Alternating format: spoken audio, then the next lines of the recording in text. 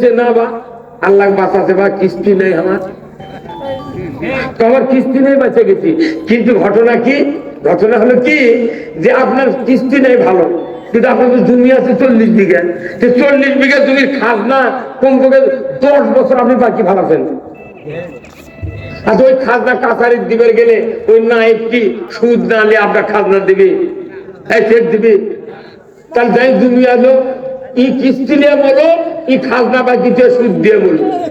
কথা বলে আমি বক্তা যুক্তিবাদী, ইনি হাজি সাহেব, আমাকে কিস্তি নাই জমিও নাই, তাহলে কি হবে? আমাকে কারেন্টের বিলের মিটার আছে বাড়ি বাড়ি। এমন কোন মরদ নাই যে বছরের মধ্যে 2-1 মাসের বিল তার বাকি না পড়েছে। এখন বিল বাকি বলছে আমার 2 মাস। এখন আমার স্ত্রী বলতেছে, ও হামদালার বাপ, আমাকে না বিদ্যুৎ বিল বাকি পড়ছে, ফাইন দেওয়া লাগবে। এখন বলছে কি ফাইন দেওয়া?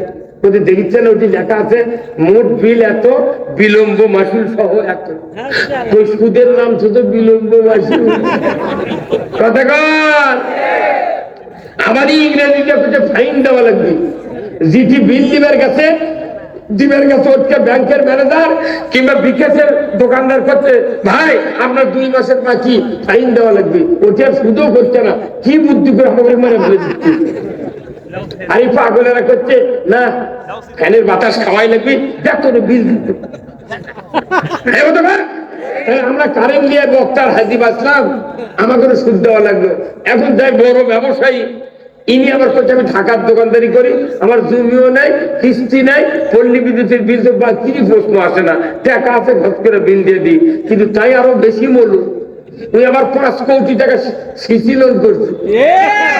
ওই বছরে 5 বার করে উমরা, 1 বার করে হচ্ছে বড় হজ, প্রতি বছর করে।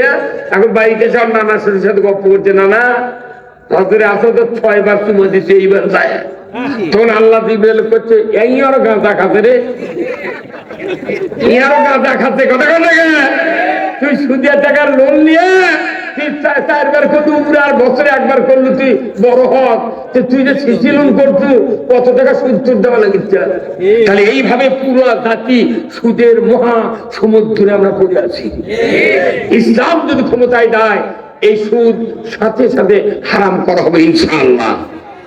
বেগম খালেদা জিয়া প্রধানমন্ত্রী ছিলেন না, ওই সময় 5,000 টাকা সুদে আসলে মাফ করে দিল সবুজ ভাই। আমার আব্বা আর আমি একসাথে বক্তৃতা করছি, আমার আব্বার 7টা বেটা সব আলিম, আল্লাহু আকবার।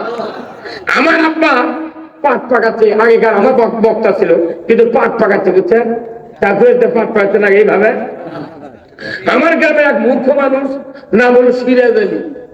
সিরাজ আলী চাই করছে, মামু, আমার বাবাকে আর মামু করে করছে, মামু আপনার খুব ভুল হয়ে গেছে। পারে কি ভুল করছে? যে আপনার 7টা বেটা আর আপনি এক বাপ, তার কয়জন হলেন?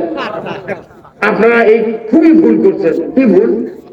কয় না তোর আব্বা কোথায় রুল আয়, তো কি ভুল করছিল সন্তান? আমি পরে বাইরে আসে দেখি, কে ভাই কি কি ভুল করছে আমার বাপ?